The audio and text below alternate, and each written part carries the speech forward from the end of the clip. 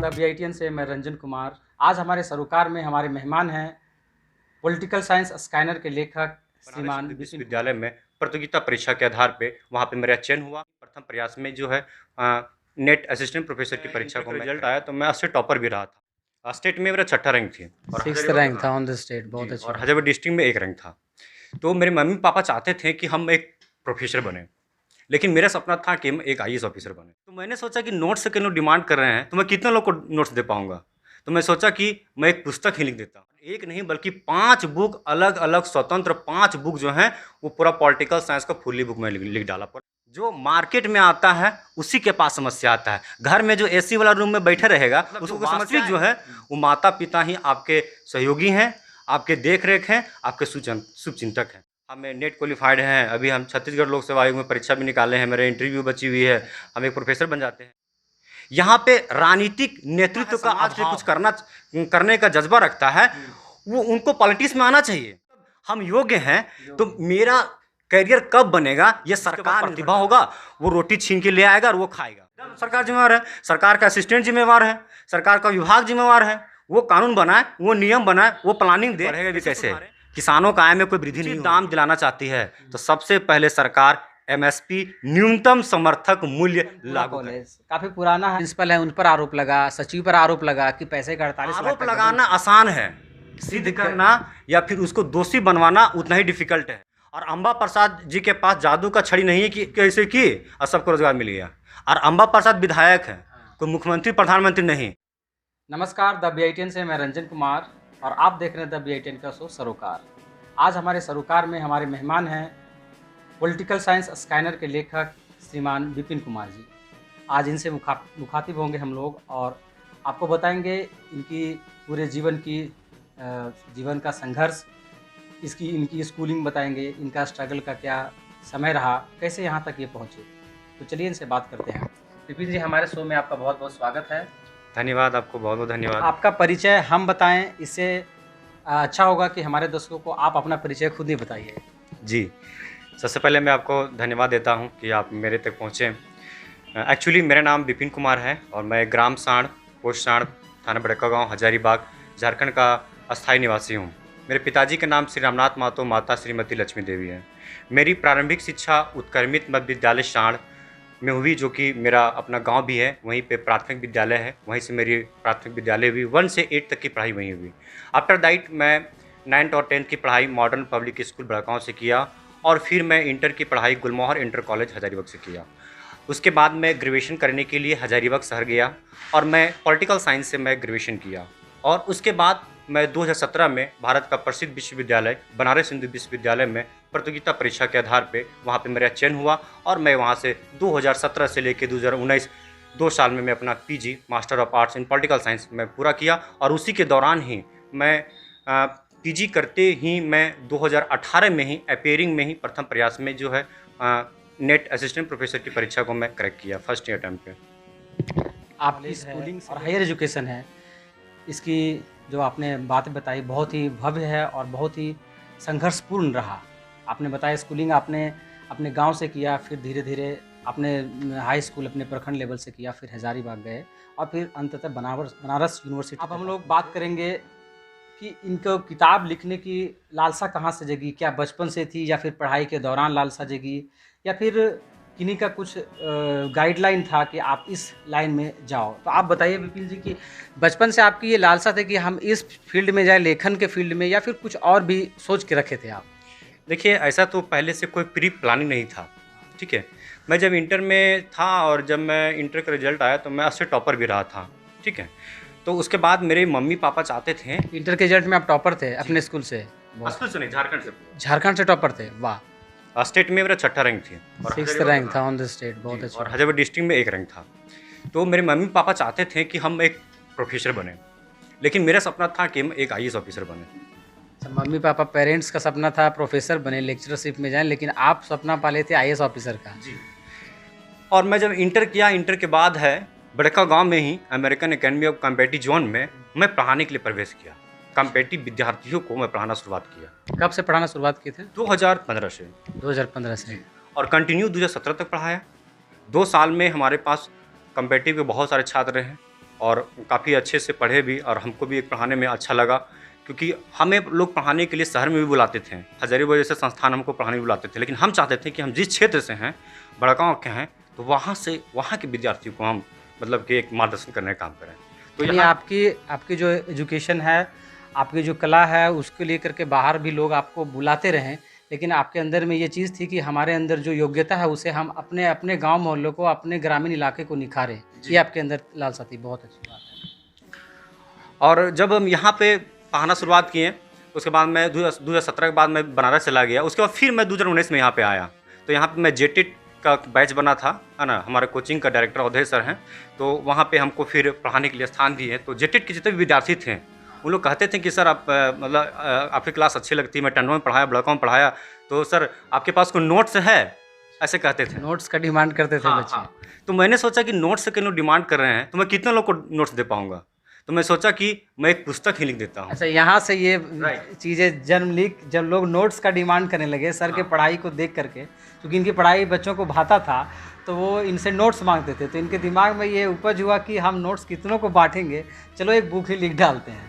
तो यहाँ से एक तरह से कहिए तो शुरुआत हुई बुक लेखन के सपने की। जी आगे हाँ। और उसके बाद मैं सोचा कि मैं पॉलिटिकल साइंस का विद्यार्थी हूँ, मैं एक नहीं बल्कि पॉलिटिकल साइंस का पूरा फुली पैकेज लिख दिया। और एक नहीं बल्कि 5 बुक, अलग अलग स्वतंत्र 5 बुक जो हैं, वो पूरा पॉलिटिकल साइंस का फुली बुक में लिख डाला, पूरा पॉलिटिकल साइंस का, जो कि UGC net, PGT, TGT, assistant professor, LT, railway, SSC, JPSC जैसे विभिन्न प्रतियोगिता परीक्षा है, उसके लिए ये एक महत्वपूर्ण, और हम आशा करते हैं, दावा भी करते हैं कि ये एक अद्वितीय पुस्तक है। ये यानी आपने एक नहीं बल्कि 5-5 पुस्तकें लिखी हैं, और ये सारा रिलेटेड है पॉलिटिकल साइंस से लेकर के और एग्जामिनेशन को लेकर के।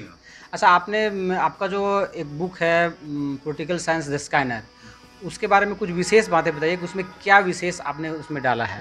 जी देखिए, जब हम बुक का रचना कर रहे थे, देखिए मार्केट में बहुत सारे बुक हैं और बहुत सारे राइटर भी हैं, ठीक है ना।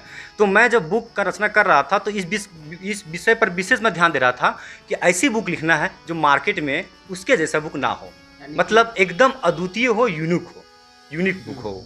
मैं ध्यान में रखा, और 26 मई को जैसे ही मेरा बुक रिलीज हुआ, आज ये 12वां-13वां दिन है बुक का, अभी तक 1500 से अधिक लोगों ने मेरे बुक को परचेस कर चुके हैं। यानी 26 मई को इनकी किताब पब्लिश हुई है, और मान के चलिए कि 15 दिन, एक अगर आप आंकड़े लगाते हैं तो 1500, यानी कि पर डे ये जो है 100 बुक्स की प्रतियां बिकना, ये इतने कम छोटे उम्र में कम उपलब्धि नहीं है, और अभी तो शुरुआत है इनका। और आप ये बताइए हमको कि आपने जो वो बुक लिखा, उसके अलावा जो बुक लिखे वो लगातार लिखते रहे या फिर उसमें फिर कभी गैप लिए? कितना दिन समय लगा आपको बुक लिखने में?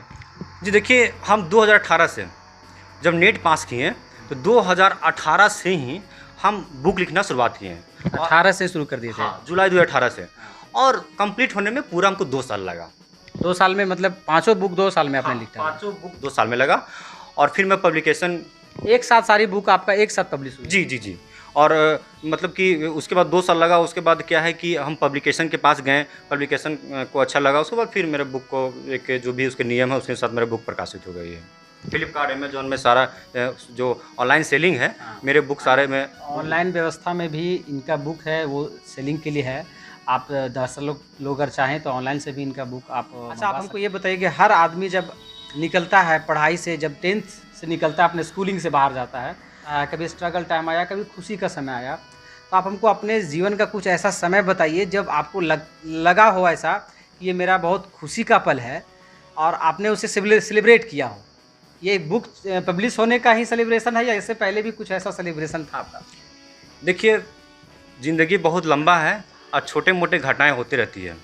मैं चाहे मेरे जीवन में संघर्ष हो, चाहे सुख हो, दुख हो, मैं इसके कॉमन रूप से देखता हूँ। यदि मेरे पास कोई समस्या भी आता है तो मैं उसके एक अवसर के रूप में देखता हूँ कि कोई घटना भी हुआ है, मैं उसको अवसर के रूप में देखता हूँ कि इससे हमें कुछ एक नया मार्ग मिलेगा और एक सीखने के लिए एक बेहतरीन चीज़। जो करता है कुछ, जो मार्केट में आता है, उसी के पास समस्या आता है। घर में जो एसी वाला रूम में बैठे रहेगा उसको कोई समस्या आएगा? बात सही है। घर में जो बैठा हुआ है उसको समस्या क्या है? जो फील्ड में है, जो संघर्ष कर रहा है, कुछ पाना चाह रहा है, कुछ सपने हैं उसका, कुछ करना चाह रहा है, समस्याएं भी उन्हीं के साथ आता है और निदान भी वो खुद करता है।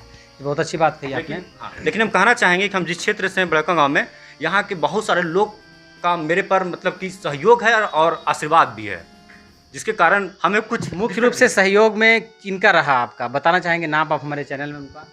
देखिए, सबसे पहले तो सहयोग में एक फोकासी दुनिया है। लोग कह देते हैं कि हम उनको ये मदद किए हैं, लेकिन मैं इस चैनल के माध्यम से कहता हूँ कि माता पिता के अलावा जितने लोग कहते हैं कि हम आपका मार्गदर्शक हैं, हम आपको सेवा करते हैं, ये सारा फॉल्सबाजी है। मतलब जो वास्तविक जो है वो माता पिता ही आपके सहयोगी हैं, आपके देख रेख हैं, आपके शुभचिंतक हैं। लेकिन हम इस बात को भी नहीं नकार सकते हैं कि मेरे जीवन में कुछ ऐसे लोग का भी आया है जो मेरे उससे हम भी काफ़ी मतलब प्रभावित हुए हैं और बहुत सारे लोगों से प्रभावित हुए होंगे, उनसे सहयोग मिला होगा, लेकिन पूर्ण रूपेण जो सहयोग है, जो अंदर से जो ताकत मिलता है वो पेरेंट्स से ही मिलता है, अपने माता पिता से मिलता है। इसलिए आप अपने सफलता का पूरा क्रेडिट एक तरह से अपने गार्जियन को देना चाहिए। जरूर जरूर। हम बुक जब लिखे हैं, बुक का जो पहला पेज में जब बुक की समर्पण की बात आई है तो फर्स्ट में लिखे हैं कि बुक को हम माता पिता को समर्पित करते हैं। ये आपके माता पिता के लिए भी बहुत खुशी का पल रहा होगा जिस दिन वो कम उम्र के युवा हैं। आपकी जन्म तिथि क्या बताइए? एक्चुअली मेरा 25 जुलाई 1996 में जन्म तिथि है। 96 इनका है जन्म तिथि। आप देखिए कितने युवा, कितने कम उम्र के हैं और इतनी बड़ी उपलब्धि इन्होंने हासिल की है। आप समझ सकते हैं किताब लिखना इट्स नॉट अ जोक, ये जोक मजाक वाली बात नहीं होती है। इसमें बहुत अध्ययन करना पड़ता है, बहुत गहराई तक चीज़ों को समझना पड़ता है, क्योंकि किसी पर्सनल चीज़ पर, किसी एक सब्जेक्ट पर थीसिस देना, किताबें लिखना, रचना करना उसका, वो इतना आसान नहीं होता है। काफ़ी जाहिर सी बात है, हम समझ सकते हैं कि काफ़ी इनका संघर्ष रहा होगा और अभी भी इनका संघर्ष और आगे जारी है और बहुत सारे सपने। क्या है सपना आपका और आगे क्या है? किताब तो आपने लिखा, पब्लिश भी हो गई, एक सपना आपका पूरा हुआ और आगे क्या, आपने भविष्य की क्या प्लानिंग कर रखी है? देखिए, व्यक्ति का जो एक सपना है वो कभी अस्थिर नहीं होता है, ठीक है। आज मान के चलिए हमें नेट क्वालिफाइड हैं, अभी हम छत्तीसगढ़ लोक सेवा आयोग में परीक्षा भी निकाले हैं, मेरे इंटरव्यू बची हुई है, हम एक प्रोफेसर बन जाते हैं, लेकिन ये कोई सपना नहीं है, कोई पूरा नहीं होता है। पढ़ाई का मतलब है कि हमारे समाज में जो समस्याएं हैं, हम जो पढ़े हैं, ठीक है, उसको कंट्रोल करना, उसको समाधान करना एजुकेशन है। और आप अपने एजुकेशन को यूज़ करना चाहते हैं लोगों की भलाई के लिए। एकदम एकदम। ये ना कि हम कहीं नौकरी करके सेटल हो गए तो उससे सेटल आपका सपना पूरा हुआ, आपकी जो इच्छाएं वो पूरी हुई, लेकिन समाज के लिए आप कुछ करना चाहते हैं ताकि हमारा जो अंदर में जो कला है, जो योग्यता है, उससे समाज को कुछ फल मिले।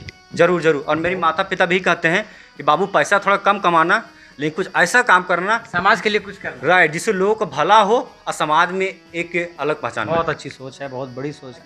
आपकी सोच के हिसाब से आपने पहला पायदान पास भी किया है, पहली सीढ़ी आपकी जो किताबें पब्लिश हुई 5-5 किताबें, आपने सफलता की पहली सीढ़ी पर कदम रखा है और हम उम्मीद करेंगे कि आप ऐसे ही सफल होते रहें। आपको चूँकि आपने पॉलिटिकल साइंस से आप पढ़े हैं और चूँकि अब तो बुक भी लिख चुके हैं तो काफ़ी नॉलेज होगा, तो हम आपको एक बात इसमें पूछना चाहेंगे कि हमारे राज्य लेवल पर आप अभी का जो राजनीतिक परिदृश्य है उसको आप कैसे देखते हैं? उसको कुछ संक्षेप में 2 बातें बताइए। जी देखिए, जो हमारा स्टेट झारखंड है, शुरुआत से मेरे जब भी झारखंड का निर्माण हुआ 2000 ईस्वी में, उसके बाद जितने भी सरकारें बनी, कोई सरकार यहाँ अस्थायी तो नहीं है। यहाँ पे राजनीतिक नेतृत्व का अभाव है और ये हम गारंटी के साथ कह सकते हैं कि पढ़े लिखे युवा जो है वो राजनीति से तटस्थ हैं, राजनीति से नहीं जुड़ रहे हैं। जो व्यक्ति के पास जज्बा है, समाज के लिए कुछ करने का जज्बा रखता है, वो उनको पॉलिटिक्स में आना चाहिए, उनको मंत्री बनना चाहिए। लेकिन दुर्भाग्य की बात है कि मैट्रिक फेल वाला विधायक बना है और फिर मंत्री बना है, तो वो एजुकेशन पर क्या काम करेगा? और उससे भी बड़े दुर्भाग्य की बात है कि जो हमारे टैलेंट लोग हैं, जिसको पॉलिटिक्स में आना चाहिए, जो समाज में कुछ कर सकता है, उन लोग रेलवे एसएससी बैंकिंग में भिड़े हुए हैं। यानी कहने का मतलब आपको है कि आपके पास योग्यता है, जिन लोगों के पास, वो लोग बस केवल एक नौकरी पा करके संतुष्ट होना चाहते हैं। लेकिन अभी राजनीतिक लेवल पर अगर आप देखें तो जिन लोगों को जाना चाहिए वो लोग वहाँ जाने से डरते हैं और वहाँ ऐसे लोग पहुँच जा रहे हैं जिनकी योग्यता नहीं है वहाँ तक पहुँचने की, और वो पहुँच जा रहे हैं, तो वो कितना भला करेंगे। हाँ। यही आपका कहना है? यानी युवाओं को जिनके पास कला है, योग्यता है, जिनके पास शिक्षा है, उनको पॉलिटिकल लाइन में जाना चाहिए, राजनीति से घबराना नहीं चाहिए। एकदम नहीं चाहिए। जो युवा है, जो ज्ञानवान है, वो फेसबुक यूनिवर्सिटी और व्हाट्सएप यूनिवर्सिटी में वो लोग खाली कमेंट कर रहे हैं, व्यस्त रहते हैं। आवाज़ उठाने का और बदलाव करने का नाम नहीं लेते हैं, डरते हैं, बस चाहते हैं हमारा जीवन सेटल हो जाए, बस बस बस। तो आप युवाओं के लिए क्या संदेश देना चाहेंगे? हम युवा लोग को यही कहना चाहेंगे कि भाई पहले तो समाज में, ठीक है, समाज में जो भी बुराइयां हैं उसको बदलाव के लिए आप आगे आइए, तभी मेरा समाज सुधरेगा। आप कितनों पढ़ लिख के महान व्यक्ति बन जाएंगे, प्रोफेसर बन जाएंगे, महीने के 2 लाख 5 लाख कमाएंगे, और समाज में आपकी बुराई जब रहेगी ना तो आपको भी कोई वैल्यू देने वाले, कुर्सी देने वाले भी नहीं मिलेंगे आपको। बिल्कुल सही बोले। पैसा तो आप खूब कमाएंगे, तिजोरियां भर लेंगे, बक्से भर लेंगे, लेकिन आप इज्जत नहीं कमाएंगे, समाज के लिए आप कुछ नहीं करेंगे, तो मरने के बाद वो पैसा किसी का नहीं रह जाता है। जो आपने समाज में जो इज्जत कमाई है वही और जानकारी लेंगे। आप स्टेट लेवल के पॉलिटिक्स का परिदृश्य आपने बताया। बड़का गांव में जो अभी हालिया राजनीतिक जो परिदृश्य है, हमारे असेंबली में, हमारे कंस्टिट्यूंसी में जो नेता लोग हैं, आप किस नज़रिए से देखते हैं? वो कैसे अपने क्षेत्र का विकास सही से कर रहे हैं या नहीं कर रहे हैं? उन पर कुछ टिप्पणी करना चाहें। देखिए, बात रही राजनीति का, तो लोग कहते हैं कि राजनीति है वो एक डर्टी पॉलिटिक्स है जो सही नहीं है। लोग इसमें बातें को समझना चाहिए कि इससे मेरा करियर जुड़ा हुआ है। बिल्कुल, कैरियर कैसे जुड़ा हुआ है? सब चीज़ें एक राजनीतिक के ऊपर ही, पॉलिटिक्स के ऊपर ही सारी चीज़ें निकलती जो है वो पॉलिटिक्स से ही डिसाइडेड होती है। आप इस चीज़ को थोड़ा समझाएं युवाओं को। हम ये बताना चाहेंगे, 2016 में जेपीएससी, छठी जेपीएससी का यहाँ पे फॉर्म निकला, ठीक है। कंप्लीट होने में लगभग पूरा 4 साल लग गए हैं, 3-4 साल पूरा लग गए नियुक्ति में। उसके बाद फिर कोर्ट का आदेश आया कि भाई जो मेरिट लिस्ट है उसको रद्द कर दिया जाए। तो मेरा जो भविष्य है वो सरकार पर निर्भर है कि नहीं, ये बिल्कुल, ये सरकार के ऊपर निर्भर है। ये पॉलिटिकल एजेंडा बन जाता है हमारा भविष्य भी। हाँ, मतलब हम योग्य हैं तो मेरा करियर कब बनेगा ये सरकार निर्भर। पढ़े लिखे जैसे युवा हैं, जो प्रतिभा है, उनको ठेस पहुंचती है और उसको एक तरह से साइड करने का काम किया जा रहा है यहाँ पे। मतलब आप समझिए, इनका कहने का मतलब है, हम आसान भाषा में आपको समझाते हैं कि आपकी ज़िंदगी सुबह से लेकर के शाम तक पूरा निर्भर करता है, पॉलिटिकल लोगों पे निर्भर करता है। कैसे? आपने पढ़ाई की, आपका पढ़ाई कैसे होगा, किस स्कूल में आप पढ़ेंगे, उस स्कूल का पढ़ाई का सिस्टम क्या होगा, एजुकेशन का सिस्टम क्या होगा, कौन सा सिलेबस चलेगा, ये सारा डिसाइडेड होता है नेताओं के द्वारा। ये पॉलिटिकल होता है। तो फिर आप पॉलिटिक्स से बचे कहाँ? आपका घर में राशन से लेकर के आपका दुकान कैसे चलेगा, आपका अपनी सारी चीज़ें डिसाइडेड होती है असेंबली में, पॉलिटिकल लोगों के बीच। सारा राजनीतिक रास्ते से ही निकल के आता है। तो फिर युवा राजनीति से दूर क्यों जाते हैं, जबकि आपका पूरा भविष्य सुबह से लेकर के रात तक डिपेंडेंट ऑन द पॉलिटिक्स, फिर भी आप पॉलिटिक्स से दूर हैं? इनका कहने का अर्थ यही है। जी बिल्कुल, यानी आपकी ज़िंदगी जो है वो पॉलिटिक्स से भरी पड़ी है। इसलिए आप इसे डर्टी पॉलिटिक्स ना समझे, आप ये समझे कि यहाँ से ही अच्छाई और बुराई दोनों का रास्ता निकलता है।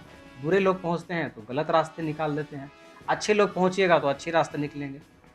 अच्छा, आप हमें एक बात और बताइए कि बड़का गांव में हमारा जो है बहुत संसाधन है, लेकिन यहाँ के लोग बेरोजगार हैं और आए दिन यहाँ पर आंदोलन चलते रहता है, खास करके लेकर के कंपनियों को लेकर के।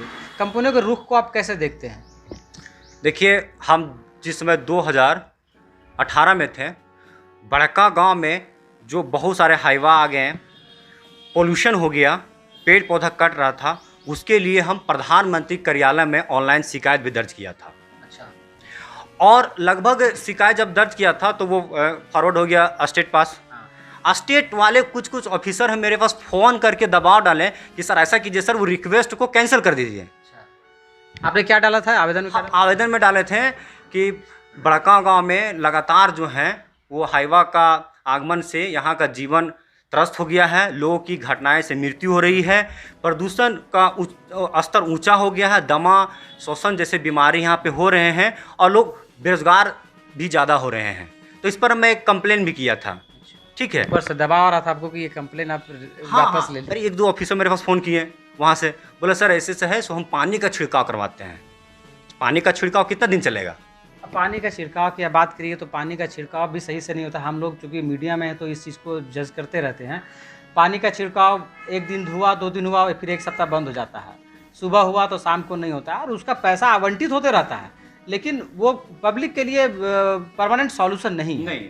अच्छा, आप हमें ये बताइए कि अभी जो युवा हैं, अभी जिस तरह से हमारे देश की आबादी बेतहाशा बढ़ गई है और बेरोज़गारी का मार, ये तो कोरोना काल में और भी लोग बेरोज़गार हो रहे हैं और पॉलिटिशियंस लोग लगातार बोलते हैं कि हम रोज़गार पैदा कर रहे हैं, लेकिन वो सारा हवाई निकल जाता है, खोखले दावे निकलते हैं।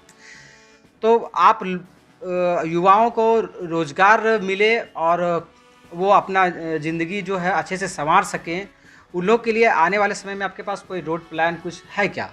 ज़रूर ज़रूर। देखिए, एक्चुअली तो हम लोग हैं तो सामाजिक प्राणी, और सारा समाज सरकार पर, हम राजनीति पर निर्भर हैं। ठीक है, जैसे हम पहले बोले कि मेरा करियर सरकार पर निर्भर है, सरकार जैसा कानून बना, हम प्रोफेसर कब बनेंगे, कैसे बनेंगे, मेरी योग्यता क्या होगी, वो सारा गवर्नमेंट तय करती है।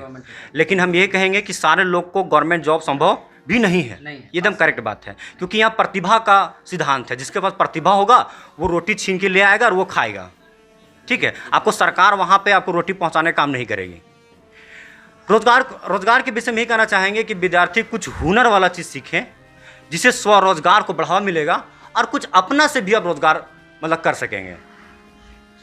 यानी कि लोग रोज़गार सबको देना संभव नहीं है, क्योंकि टू मच पॉपुलेशन है हमारे स्टेट में, हमारे कंट्री में।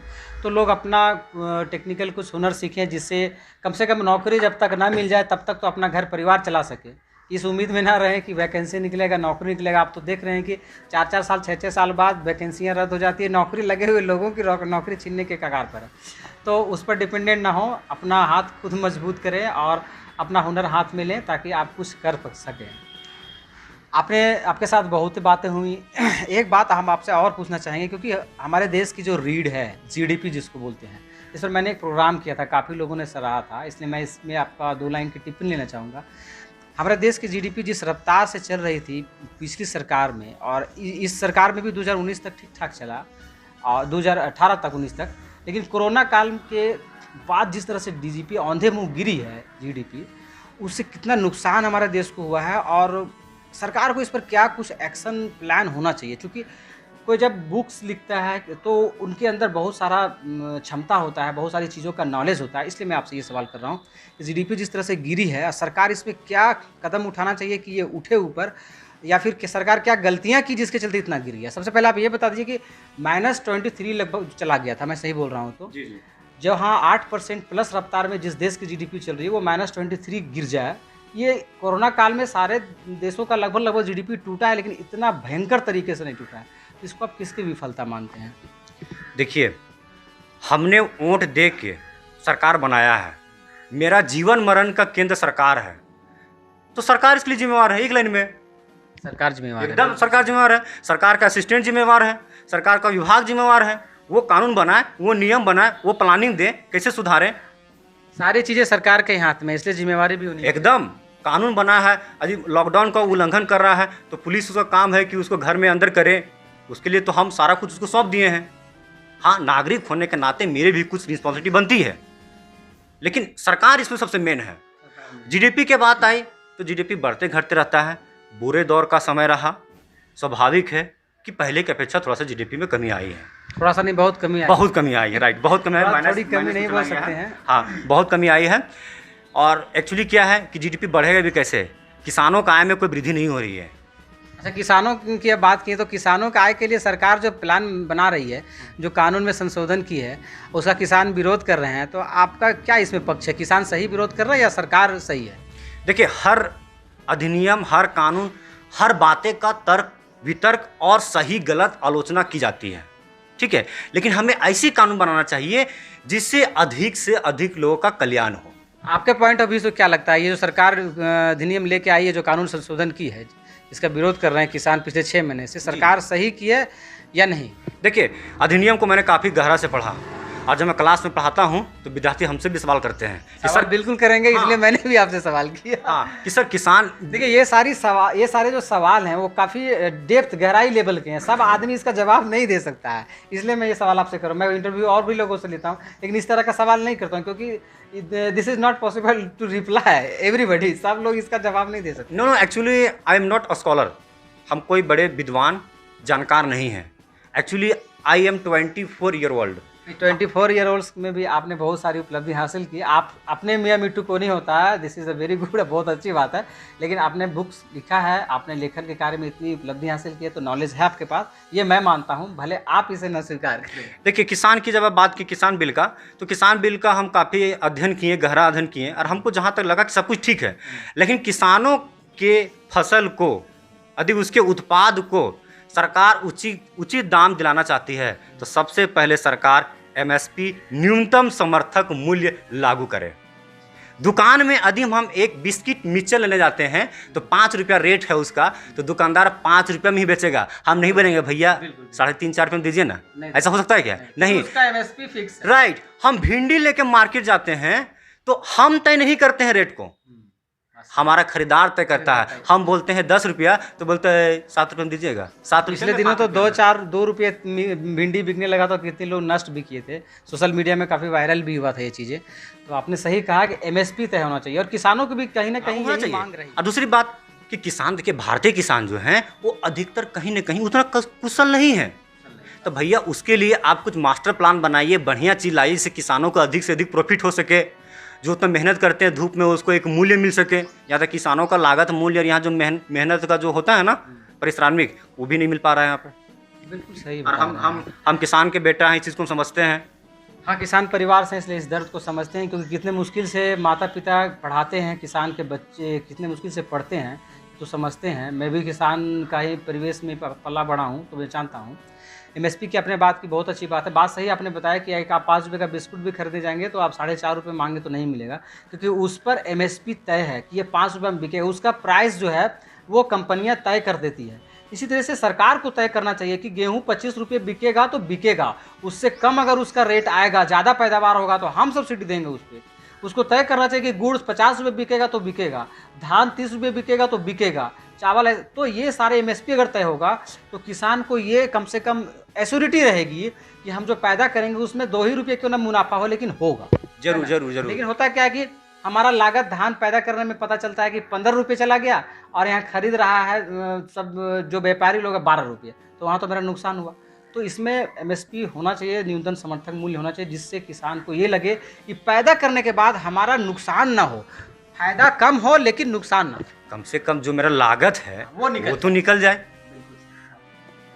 चलिए, अब पूरी बातें लगभग हो ही गई है। अब आप कुछ अपने तरफ से कहना चाहते हैं तो आप बता सकते हैं। आप अपने जहाँ पे जहाँ पे आपने अभी टीचिंग कर रहे हैं उसके विषय में आप पिछले कई सालों से आप बच्चों को पढ़ाते आए हैं, और आपका जो कॉलेज है उसके बारे में आप अगर कुछ कहना चाहते हैं तो हमारे दर्शकों से बता सकते हैं। देखिए, मेरा कोई कोचिंग कॉलेज नहीं है, मैं दूसरे के संस्थान में सेवा देता हूँ। यानी आप एक एज ए लेक्चरर आप सेवा देते हैं? जी जी। और मुझे सौभाग्य कहिए या विद्यार्थियों का प्यार कहिए, मैं जिनको पढ़ाता हूँ सारे हमसे सीनियर ही हैं, क्लास में, उम्र में। मैं जेटेट के विद्यार्थियों को पढ़ाया हूँ जो हमको पढ़ाए हैं। ये तो कमाल की बात है, जिनसे शिक्षा ग्रहण किए आप उनको भी पढ़ा रहे हैं। हाँ, तो हम ये कहना चाहते हैं कि यहाँ पे जो है समाज को यदि एक आदर्श समाज बनाना है तो क्वालिटी बेस्ड व्यक्ति को महत्व दीजिए, जिनके पास क्वालिटी है, जिनके पास कुछ गुण हैं, जिसके पास कुछ हुनर है और लगता है कि ये समाज का नेतृत्व कर सकता है, आप उसकी पूजा कीजिए, ना कि भाई भतीजावाद सालीवाद कह के आप उसको प्रमोट कीजिए। ऐसा में समाज गर्त में चला जाएगा। समाज को जो दिशा दे रहा है उसकी पूजा कीजिए, राइट। ना कि आप हमारे भाई हैं तो गलत भी करें तो आंख मूंद लिए। चलिए, आप ये बात बोले तो हमारे मन में एक और सवाल पैदा हो गया कि हमारे बड़का गांव में एक कॉलेज है, कर्णपुरा कॉलेज, काफ़ी पुराना है, काफ़ी लोग वहाँ से शिक्षा प्राप्त किए हैं। उसको लेकर के कुछ दिन पहले विवाद था, क्या कहना चाहेंगे इसके बारे में? जानकारी है आपको? देखिए, विवाद जो है वो हम अखबारों में पढ़ रहे हैं और सिर्फ ये भी कह सकते हैं कि कोर्ट का मुद्दा है, कोर्ट अभी को फैसला नहीं दिया हुआ है। तो इसमें जो विधायक पर आरोप लगा और अभी जो वर्तमान प्रिंसिपल हैं उन पर आरोप लगा, सचिव पर आरोप लगा कि पैसे का 48 लाख का गबन किए हैं, तो आपने अखबार पढ़ा होगा, तो आप क्या मतलब लगता है कि अगर गबन किए हैं इस तरह का तो सही किए हैं या फिर गलत किए हैं? उनको पारदर्शिता में काम करना चाहिए। हम यही बोल रहे हैं ना, अभी आरोप लगा है। आरोप लगाना आसान है, सिद्ध करना या फिर उसको दोषी बनवाना उतना ही डिफिकल्ट है, और ये काम कोर्ट का है। अभी सिर्फ पेपरबाजी हो रहा है बस। यानी जो खबरें आ रही है मीडिया उसे उछाल रही है, लेकिन कोर्ट इसमें अंत तक क्या फैसला देगी वो देखने वाली बात है। राइट, कोर्ट के फैसले का हमें इंतजार करना चाहिए और उसके फैसला को जो भी होगा सभी को। समाज का नेतृत्व का बात आप किए, तो एक बात आपसे पूछा जाए, क्योंकि आप जब बोलते हैं तो हमारे मन में सवाल पैदा होता है। हम लोग को सवाल करने का जो आदत है ना, यही दिक्कत है थोड़ा। अब हम इसको कंक्लूड करना चाह रहे थे वार्तालाप को, लेकिन आप जब बोल रहे हैं तो कुछ सवाल जन्म ले रहा अंदर से। आप समाज के नेतृत्व की बात किए, तो अभी हमारे विधानसभा में हमारी जो विधायिका हैं काफ़ी पढ़ी लिखी भी हैं, काफ़ी पॉपुलर भी हैं, अम्बा प्रसाद जी। तो इनका नेतृत्व आप अपने विधानसभा में किस रूप से देख रहे हैं? अब 1 साल इनका कार्यकाल का हो गया विधायक का, कैसा लग रहा है आपको? कैसा नेतृत्व कर रहे हैं? समाज को कैसा दिशा दे रहे हैं? क्या आपको लगता है? देखिए, समाज का जो नेतृत्व हमारे विधायक श्रीमती अम्बा प्रसाद जी कर रहे हैं, सुश्री अम्बा प्रसाद, सुश्री अम्बा, जो कि अविवाहित है वो। हाँ ठीक है, जो विधायक जी हैं वो एक फुल्ली रूप से शिक्षित हैं और हायर एजुकेटेड हाँ, हैं, इसमें तो कोई दो मत वाली बात हाँ, और यहाँ के खास करके युवाओं के लिए भी काम कर रही है। फिलहाल अभी धरातल पर वो दिख नहीं रहा है। अभी कार्यकाल उनका 4 साल मतलब अभी बचा हुआ है। हमें उनका फल का इंतज़ार करना चाहिए। अचानक कोई चीज़ धरातल पे नहीं दिखती है। हम फसल भी लगाते हैं, अचानक उसका फल। होंगे। 1 साल का उनका जो कार्यकाल है वो कैसा रहा? उस पर क्या टिप्पणी? नहीं, अच्छा रहा। हम एक समस्या लेके गए थे उनके पास। तो एक्चुअली मेरे मामा का कुछ हेल्थ इशू था, तो मैं उनके पास गए थे। काफ़ी अच्छा फीडबैक भी दी थी, बैठाई क्या समस्या है, तुरंत डॉक्टर सर्जरी जो भी हैं ऑफिसर उनको फ़ोन किए, बताएं कि इस तरह का बात है। अच्छा है, मतलब कोई तरह का नहीं है। बाकी मतलब लोग जाते हैं, जनप्रतिनिधि हैं और जनता जाती है उनके पास तो बातें सुनते हैं, राइट, सुनते हैं, टाइम देते हैं। हाँ, और उसी के लिए तो उन्होंने उसको बनाया है। उसी के लिए बनाया है। ये उनका ये पॉजिटिविटी है। लोग, क्योंकि हम लोग भी फील्ड में जाते हैं तो लोग बताते हैं कि विधायक जी के पास आप जाइएगा, आप अपनी बातें बताइएगा, अपनी समस्या बताइएगा, तो वो सुनते हैं, उनको हल करने का प्रयास करते हैं। लेकिन एक तबका है जो विधायक को पूरी तरीके से बदनाम कर रहा है। आपको बताना चाहेंगे, शायद आपको जानकारी हो ना हो, हम लोग को पता चल जाता है ये। और वो बदनामी इसलिए हो रहा है क्योंकि जब ये मामला उठा था एनटीपीसी का जो धरना प्रदर्शन का, उसमें काफ़ी बेरोज़गार युवक थे। वो बेरोज़गार युवक लोग हमको फीडबैक देते हैं, कितना तो बुलाते हैं कि हमारा भी इंटरव्यू लीजिए, लेकिन वो इतने गुस्से में रहते हैं कि उनका इंटरव्यू लेने में डर लगता है कि कहीं ऑन द कैमरा कुछ बोल ना दें। वो कुछ बेरोज़गार युवक तो इतने गुस्से में तुमको दिखे कि कहना नहीं। वो तो बोल दिए कि विधायक हमारे गाँव में घुसेंगी तो उनको हम कहेंगे कि आप गाँव से चले जाइए। हमने पूछा कि क्या बात है? बोली वो बोलती है जितना, वो करती नहीं है, वो केवल हम लोग को आगे कर दी। हमने पूछा कि क्या बात है, खुल के बताइए। तो लोग ने कहा कि हम लोग को रोज़गार के नाम पर धरना में बैठाई, आगे बढ़ा दी, और फिर कंपनी खुल गया, सब कुछ चलने लगा, एक भी लोग को रोज़गार नहीं मिला। और उस पर अब बात तक भी नहीं करती विधायक। लोग जाते हैं कि विधायक जी हम लोग बैठे थे धरने में, हम लोग पढ़े लिखे हैं, यहाँ ज़मीनें गई हैं, हम लोग रैयत हैं, तो हम लोग को रोज़गार मिलना चाहिए। लेकिन उस विषय वस्तु पर विधायक जी अब बात नहीं करना चाहती, जबकि उसी विषय वस्तु को लेकर के वो चुनाव जीती हैं कि हम लोगों को रोज़गार दिलाएंगे, अच्छा मुआवजा दिलाएंगे, ज़मीनें कंपनियों को हड़पने नहीं देंगे। लेकिन फिर से वही हो रहा है जो रघुवर सरकार में हो रहा था। लोगों का सीधा आरोप है, ये मैं नहीं कर रहा हूँ, कि कंपनियाँ ज़मीनें भी औने पौने भाव में अभी भी हड़प रही है। नाम मात्र का 3-4 लाख रुपये केवल बढ़ा दिया गया है, और वो मिल भी नहीं रहा अभी तक लोगों को। ऐसा कुछ पॉलिसी नहीं बनी है। पेंशन लोगों को नहीं मिलता, जिनका ज़मीन जाता है, पहले मिलता था, वो बंद कर दिया गया है। और रोज़गार की तो बात ही मत कहिए, ज़ीरो है। ये मतलब एनटीपीसी तो रोज़गार देती नहीं है। उस पर विधायक जी पता नहीं मुख्यमंत्री जी से सही से बात की या फिर मुख्यमंत्री नहीं मानी, जो भी है। लेकिन लोकल जनता रोज़गार को लेकर के खफा है, बिल्कुल खफा है, क्योंकि उन्हें उम्मीद था कि हमारी विधायिका आएंगी बन करके, तो कंपनी से हम लोग को कम से कम जो रैयत है, जिनकी ज़मीन गई है, उन्हें तो रोज़गार ज़रूर दिलाएंगे। लेकिन उसमें सफल नहीं हो पाई। आप कैसे देखते हैं इसको? क्या जो रैयत है उन्हें रोज़गार मिलना चाहिए एक्चुअल में? देखिए, ये मुद्दा जब अम्बा प्रसाद आई तब से ये अचानक खड़ा हुआ मुद्दा नहीं है। हाँ, ये तो रोज़गार का मुद्दा तो खैर पुराना है। ठीक है, पुराना है, और आगे तक भी भविष्य में चलता रहेगा। हम पहले बताएं, सबको गवर्नमेंट या नॉन गवर्नमेंट रोज़गार से जोड़ना संभव नहीं है। कुछ स्वरोज़गार भी तलाशना पड़ेगा। और अम्बा प्रसाद जी के पास जादू का छड़ी नहीं है कि सुट के ऐसे की और सबको रोज़गार मिल गया। और अम्बा प्रसाद विधायक है, कोई मुख्यमंत्री प्रधानमंत्री नहीं कि सारी शक्तियाँ उसी में निहित है। वो भी प्रयास करेगी, असेंबली में जाएगी, बात उठाएगी, उस पर भी ऐसा नहीं कि बोल दी तो काम हो गया। यानी असेंबली में उनको रोज़गार को लेकर के बात उठाना चाहिए। हाँ, उठाना चाहिए, तर साथ उठाती भी होगी। ठीक है।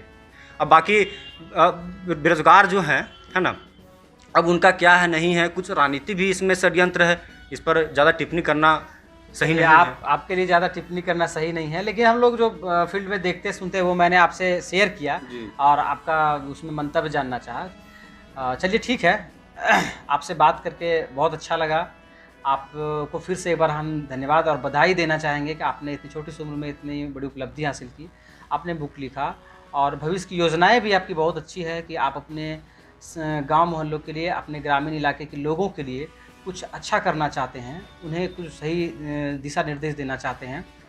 और ये आपका अच्छा सोच है। और आपने युवाओं के लिए एक संदेश दिया कि युवा लोग पॉलिटिक्स से डरे नहीं, बल्कि पॉलिटिक्स में आए, क्योंकि हर चीज़ पॉलिटिक्स से ही डिसाइड हो रही है। तो आप पॉलिटिक्स से अगर दूर भागेंगे तो वो आपके जीवन में नकारात्मक पैदा और करेगा। तो जो अच्छे लोग हैं पॉलिटिक्स में जाने की कोशिश करें, उसे डरे नहीं। ये आपने संदेश दिया। और कुछ कहना चाहेंगे आखिर में? बस काफ़ी बातें हुई है। चलिए, बहुत देर बातें हुई आपसे। धन्यवाद एक बार फिर से। धन्यवाद आपको।